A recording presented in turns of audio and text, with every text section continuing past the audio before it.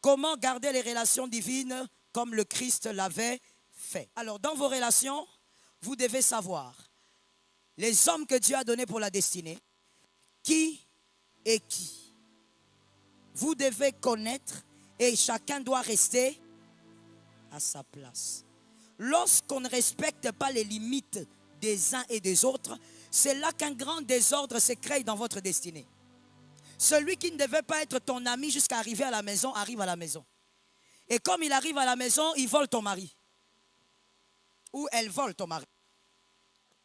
Pour que les gens que Dieu t'a donnés restent des bonnes personnes, même si elles ne sont pas parfaites. Dieu ne te donnera jamais des hommes parfaits, il n'existe pas. Mais au moins quand ce sont des personnes bonnes pour ta destinée, parmi les choses à faire pour ne pas les détruire, ne calomnie personne avec eux. Shalom bien-aimé dans le Seigneur Jésus-Christ. Aujourd'hui la servante de Dieu Joël Gloria Cabassel, pasteur principal de l'église Assemblée évangélique Nouvelle Alliance de Kinshasa, parle de 4 stratégies pour sauvegarder la relation avec les personnes de sa destinée. Entretenir de bonnes relations avec une autre personne exige de prendre du recul par rapport à vos propres jugements de valeur et de faire l'effort de comprendre la personne sans avoir de préjugés.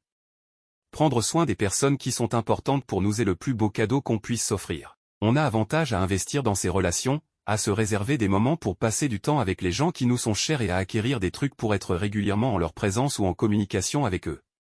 Ça peut être une sortie, un repas au resto, un coup de téléphone, l'envoi d'un courriel, un moment passé en famille ou à l'église, un match sportif amical. Et surtout, tâchons de garder les choses simples en se rappelant que l'essentiel est la qualité de la relation. Avoir de bonnes relations avec les autres, tout le monde en rêve. Mais comment y parvenir? Suivez tout de suite la servante de Dieu pasteur Joël Gloria Cabassel. Abonnez-vous, aimez et partagez afin d'apporter l'évangile de Jésus-Christ aux nations car il y aura plus de joie dans le ciel pour un seul pécheur qui se repent. Que la bénédiction de Dieu soit votre partage dans le nom puissant de Jésus-Christ. Amen. Première stratégie que Jésus avait utilisée, croyez en eux avant qu'ils ne croient en vous. Croyez aux hommes que Jésus vous a donnés avant que ces hommes ne croient en vous. Croyez en eux. Croyez que Jésus vous a donné des hommes extraordinaires. Je veux rappeler à quelqu'un une chose que j'ai l'habitude de dire. La répétition n'est pas mauvaise. Je dis à une personne, personne n'est parfait. Personne n'est. N'attends pas à voir quelqu'un de parfait, tu ne trouveras pas. N'attends pas à rencontrer un homme, une femme parfaite, tu ne trouveras pas. Ton voisin n'est pas parfait, il ne le sera pas jusqu'à sa mort. Celui qui va te propulser n'est pas parfait et il ne sera pas jusqu'à sa mort. Focalise-toi sur ce que Dieu veut que tu fasses. Est-ce que quelqu'un m'entend bien? Et donc, tu dois croire aux hommes que Dieu te donne. Croire que, cet ami est un ami que Dieu m'a donné, avec lui on ira loin. Voilà pourquoi quand tu es avec des gens, tu sais que Dieu te les a donnés. Mon frère, ôte de ta bouche les causeries de médiocrité. Hein? Banda bovanda qui, foufou wana ya lobby. Frère. Hein? Arrêtez avec ces genres de causeries. Hein? Oh non, je ne sais pas, des causeries, je ne sais même pas quoi c'était encore. Des causeries médiocres. Écoute, des fois même, quand vous rencontrez les gens tout autour d'une table, la qualité de leur causerie révèle leur vision. La qualité des causeries que tu aimes là révèle le type de vision que tu as de la vie. Quel type de causerie tu as quand on finit le culte là? Quand vous êtes à deux ici, les choristes là, vous causez quoi? Dès qu'on finit le culte, voici la causerie de certains. Ndunda wana, fallait n'a changer. Non, toi tu es concentré sur les Ndunda. Enlève de ta bouche les causeries médiocres. Et si tu ne sais pas comment avoir les bonnes causeries, colle-toi aux personnes qui ont des causeries de vision. Ça tombe sur toi au nom de Jésus. Oh, il y a un homme qui me faisait rire et j'aime sa foi. Il disait, même si aujourd'hui, j'ai encore un compte en banque de 100 000, de 200 000, je me mets au milieu des hommes qui ont des millions. Je veux entendre la causerie des millions. Je veux entendre comment le millionnaire y réfléchit. À quoi il pense, quelles sont ses priorités. Même si je n'en ai pas, moi, je mets aussi une phrase là-bas. Mon frère, les types de causeries qui t'intéressent déterminent la vision de la vie. Qu'est-ce qui t'intéresse? Tu parles de quoi? Tu aimes parler de quoi? Que Jésus nous soutienne. Crois en personne que Dieu te donne. Deuxième manière de garder ce que Dieu te donne, c'est-à-dire les relations que Dieu vous donne. Petit 2, aidez leur cœur à rester bon. Vous m'avez déjà entendu dire ça. Aidez leur cœur à rester bon.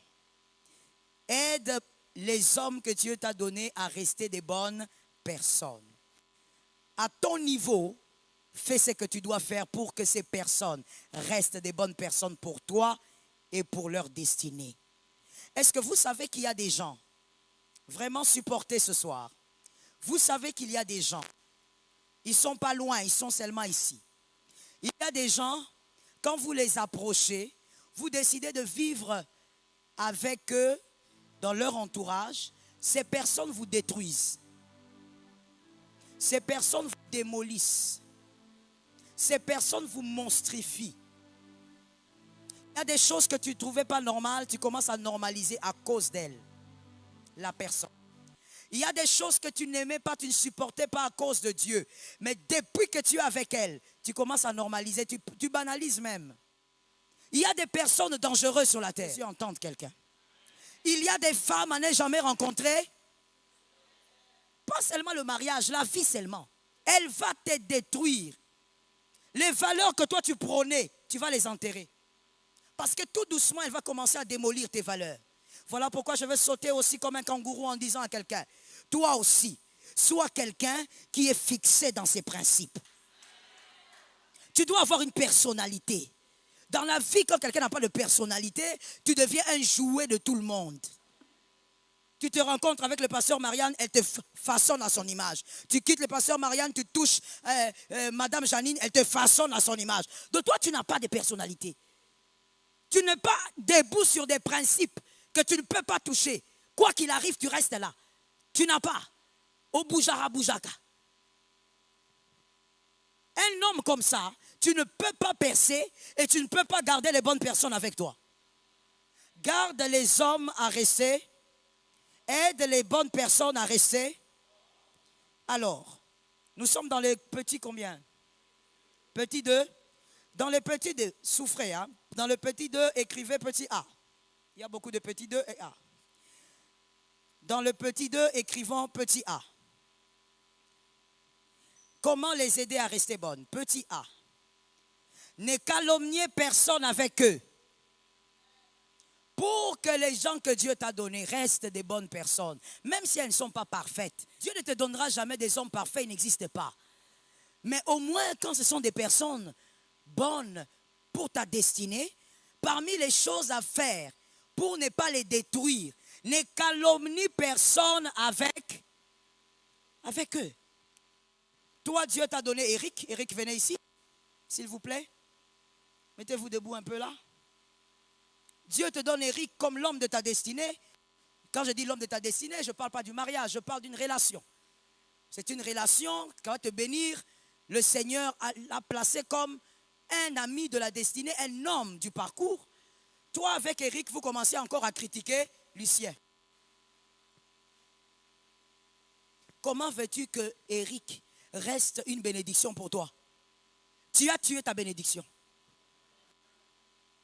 On ne peut pas critiquer les autres avec l'homme de la destinée.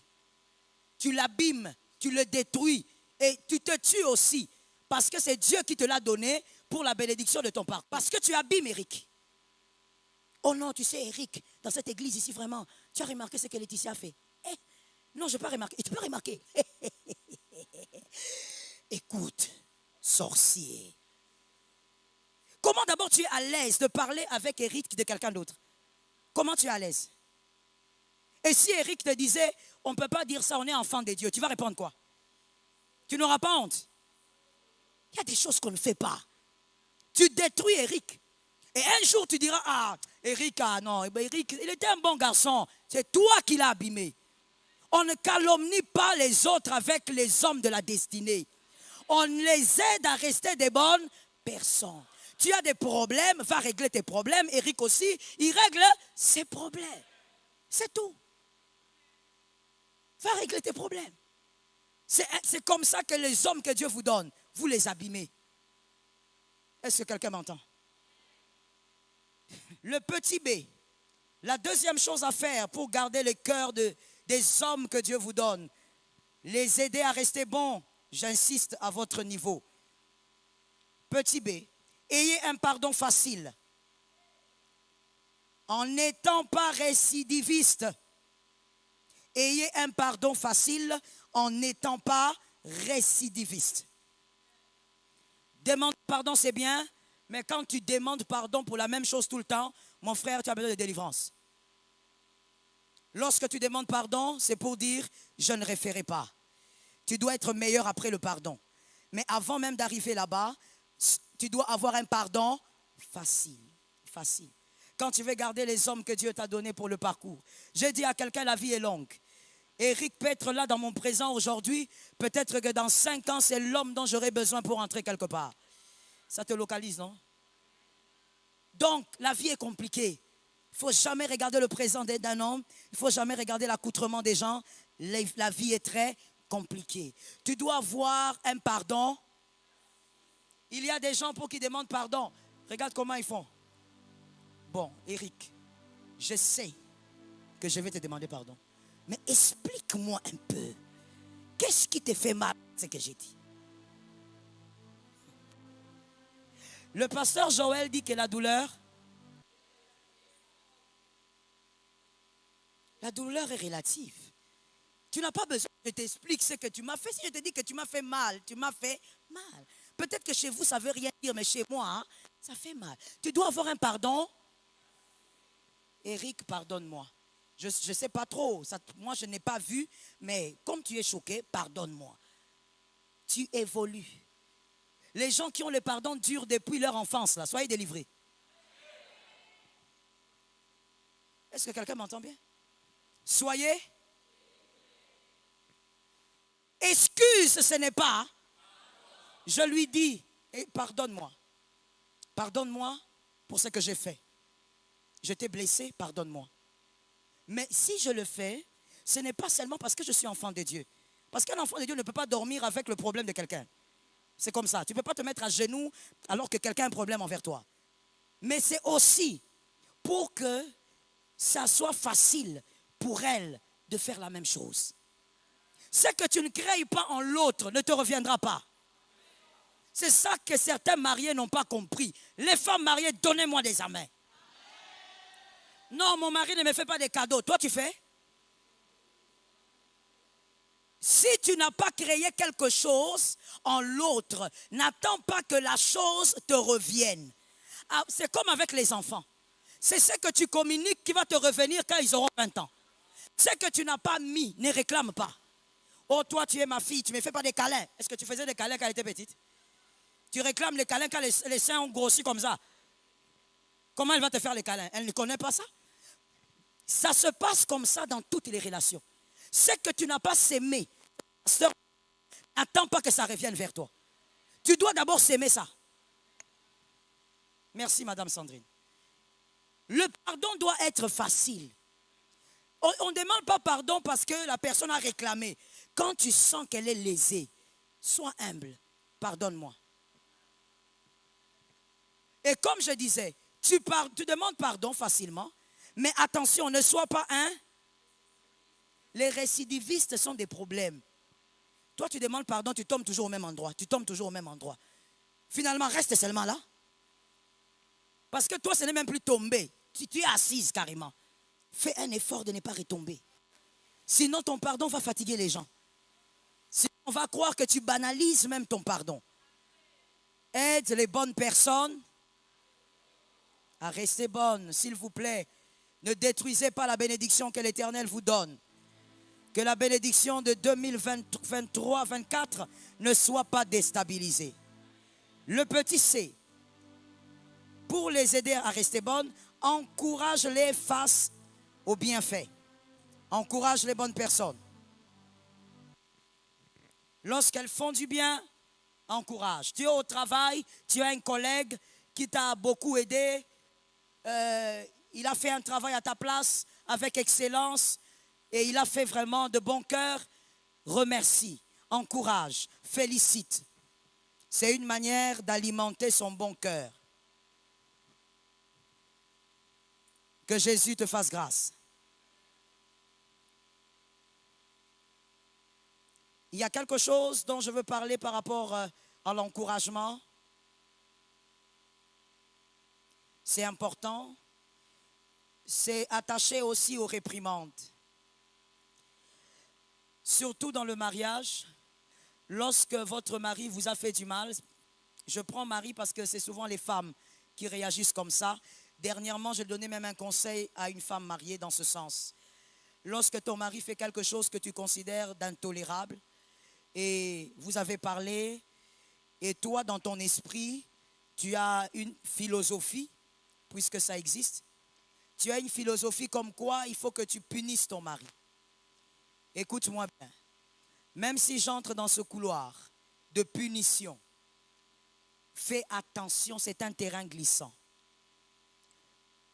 La plupart des femmes, quand elles veulent punir leur mari, elles ne tiennent pas compte du fait que la punition ne doit pas être un meurtre. Lorsque la punition devient un meurtre, c'est vous qui avez perdu. Je réexplique pour les gens intelligents. Lorsque la punition que tu veux donner à ton mari à cause d'une bêtise, lorsque cette punition devient un meurtre, madame, c'est toi qui perds. De quel meurtre je parle?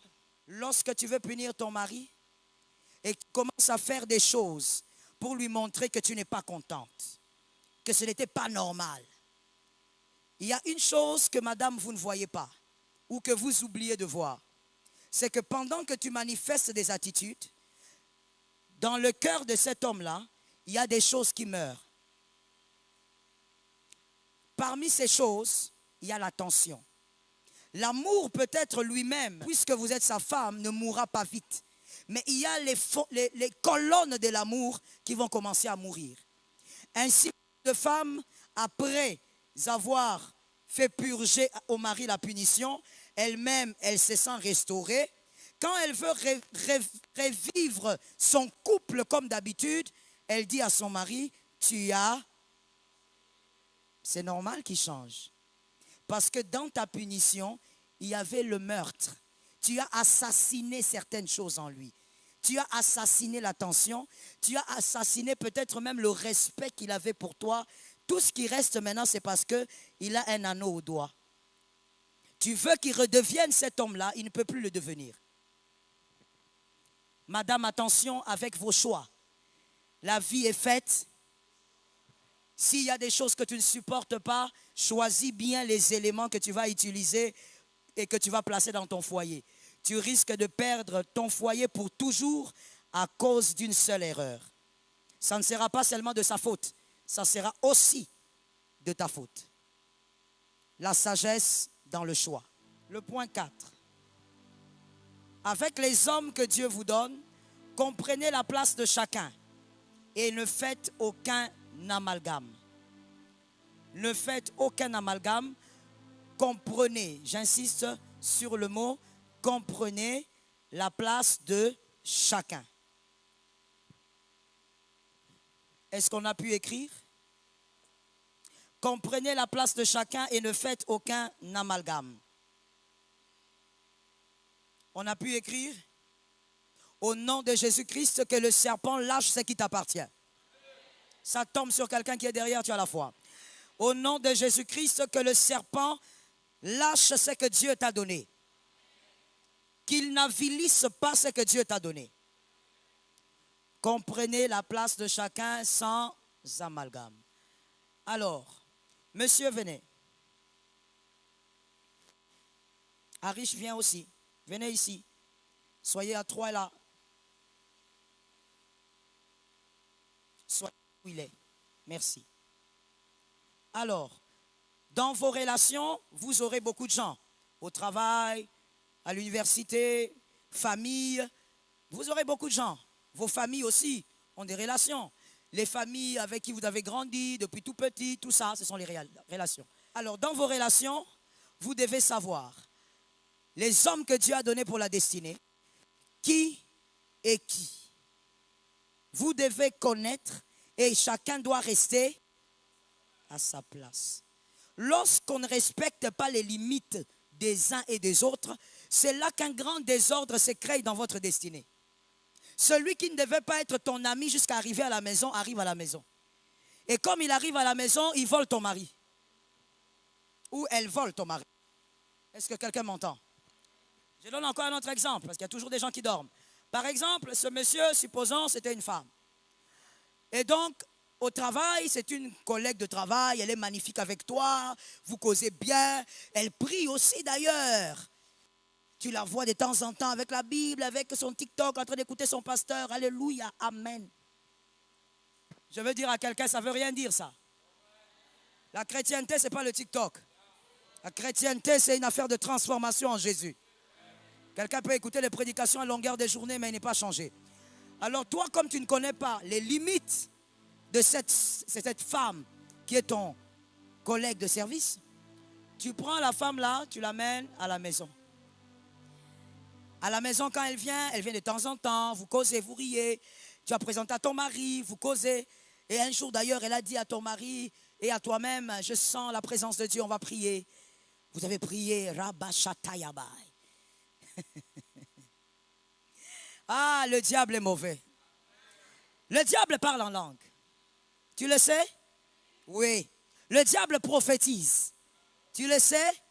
Jamais être intimidé par ça. Et toi, tu es là, tu dis, oh, cette sœur, quand elle vient à la maison, nous prions. Maman, c'est une femme de prière. Qu'est-ce que ça veut dire d'abord? Tu définis ça comment? Être femme de prière. Et un jour, tu sors, tu appelles, ton mari te dit, oh non chérie, t'inquiète pas, je suis ici avec Antoinette. Je suis avec Antoinette. Alors nous sommes en train de faire un partage, nous prions. Ah d'accord, mon ami là vraiment, c'est une femme de prière. Ouais, alléluia. Je vais au marché. Merci. Quand tu reviens, c'est Antoinette qui fait Antoine.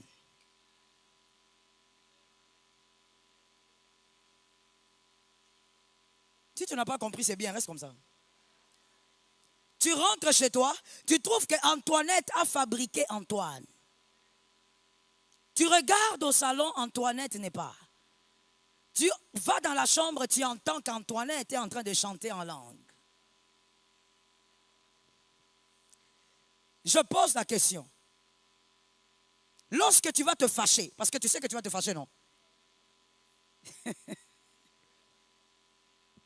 Il y a des femmes hypo ici. Hein? Je pose la question. Mademoiselle, madame, parce que c'est une femme mariée. Madame, les dames qui vont entrer dans cette chambre et qui vont ouvrir la porte et dire Antoine, levez la main. Maman, lève la main, maman, lève. Ok. Les femmes qui vont entendre les bruits qui vont dire Jésus est vainqueur. Et elles vont partir. Elles se retournent, elles partent chez eux. Levez la main. Tu ouvres la porte. Tu trouves Antoine avec Antoinette. Je te pose la question. Tu vas te fâcher, je sais. Tu vas peut-être même allumer le volcan là-bas. Tu vas peut-être tout casser. D'accord. Mais c'est la faute de qui? C'est la faute de toi-même. Qui a amené cette femme-là? Qui t'avait dit que le sourire du travail doit entrer dans la maison? Qui te dit, retiens pour la vie, c'est une sagesse. Tout bonheur ne s'amène pas partout. Retiens la sagesse de la vie. Tout bonheur ne s'amène pas. Maman, papa, il y a des bonheurs, on les sent à l'église, ça limite à l'église. Ça veut dire quand on se voit nous deux, on rit, on cause, on prie, on passe des bons moments. Mais jamais il faut y aller en ndaku. Ce bonheur reste à l'église. Mind. Tout bonheur ne se traîne pas. Maintenant, le problème avec les femmes, c'est ça. C'est que tout bonheur, tu aimes traîner ça. Comme on fasse des bons moments à l'église, on va aller à la maison. Quand on va à la maison, on va au champ. Je vais te montrer les champs que mon mari m'a offerts. Il y a des bonheurs qui se limitent au travail. C'est un bon collègue de service, maman. Mais pour qu'il ait un bon collègue, il doit rester au travail. Il y a des personnes aussi, ce sont des personnes bénissantes, mais ces personnes ne doivent jamais connaître ta femme. Parlons maintenant de Jésus. Celui-là au milieu, c'est Jésus. Éric, c'est Jésus. De ce côté, on a Pierre, là-bas, on a Jean. Regarde comment Jésus fait. Ici, Jean, là-bas, Pierre. Jésus a laissé le contrôle de l'église. À qui? À Pierre. Mais la Bible dit que Jésus aimait qui? Moi, je croyais qu'on laisse les grandes choses à celui qu'on aime. Comment Jésus veut nous donner le vertige comme ça? Le contrôle de l'église, il laisse ça à celui qui l'aime. Mais il ne le donne pas à celui que lui aime. Stratégie de Jésus. Parce que toi, tu peux aimer Jean. Mais est-ce que Jean t'aime beaucoup? Est-ce que Jean t'aime au point de garder ce qui est important pour toi? Alors, qu'est-ce que Jésus fait? Jésus ne se laisse pas emballer dans l'émotion de l'amour. Mon frère, lorsque l'amour intervient, que la tête aussi entre. Ne laisse jamais le cœur décider seul. Que le cœur aime, que la tête décide. Jésus aimait Jean. La Bible dit même que celui-ci là, il dormait sur la poitrine de Jésus. Jésus n'a jamais dit à Pierre, Pierre, l'élo est à journayo, yarolala. Parce que toi tu auras la clé de l'église. Non, chacun reste à sa place. Mais à la fin, je sais à qui je peux faire confiance pour donner l'église. Jésus donne l'église à Pierre. Et il dit même à Pierre, Pierre, m'aimes-tu? Il répond à 3 fois. Au point où Pierre est devenu triste, il a dit, ah, c'est que tu ne crois pas en moi. Jésus cherchait quelque chose à l'intérieur de Pierre, parce que Jésus sait tout. À l'intérieur de Pierre, il voulait que Pierre comprenne quelque chose. On donne des grandes choses à celui qui peut tout pour vous. Je reprends la chose pour celui qui dormait. On ne donne pas les choses précieuses à celui qu'on aime. On donne les choses précieuses à celui qui vous. Toi, Jean, tu m'aimes. Ok, tu vas avoir beaucoup de révélations. C'est toi qui vas écrire les apocalypses. Toi, tu ne vas pas mourir, tu vas vieillir. Ça, c'est ta part. Mais mon église, je le bâtirai sur l'amour qu'on a pour moi. Pas sur l'amour que moi, Jésus, j'ai. Jésus sait faire l'équilibre. Il n'est pas emballé par les émotions. Fais attention. Lorsque tu aimes, fais la part des choses entre le cœur et la tête. L'amour, sans raison, sans la tête, est un très mauvais conseiller. Parce que c'est l'amour. C'est un très mauvais conseiller. Il va te pousser à réagir dans une relation par émotion plutôt que par mission. Dans la relation, on agit par mission, pas par émotion. C'est celui-ci que moi j'aime, mais c'est à lui que je donne la clé. Parce que lui, il a plus de capacités de garder l'église par rapport à lui. C'est la mission. J'aime celui-ci, mais c'est celui-ci avec qui je peux bien aller à Mangengenge. Je ne prends pas celui-ci parce que je l'aime. Je prends celui-ci parce qu'il a la capacité de prier longtemps avec moi. La mission et non les émotions. Si tu veux que dans tes relations, tu aies chacun à sa place et que les hommes que Dieu te donne te bénissent, que ces hommes aussi que tu les bénisses, que chaque homme fasse les choses dans ta vie par rapport à sa mission et non par rapport aux émotions. Shalom bien-aimés dans le Seigneur Jésus-Christ. J'espère que vous avez aimé cette vidéo. Abonnez-vous et partagez pour porter l'évangile de Jésus-Christ aux nations, car il y aura plus de joie dans le ciel pour un seul pécheur qui se repent. Merci de faire partie de notre famille où on défule Jésus-Christ.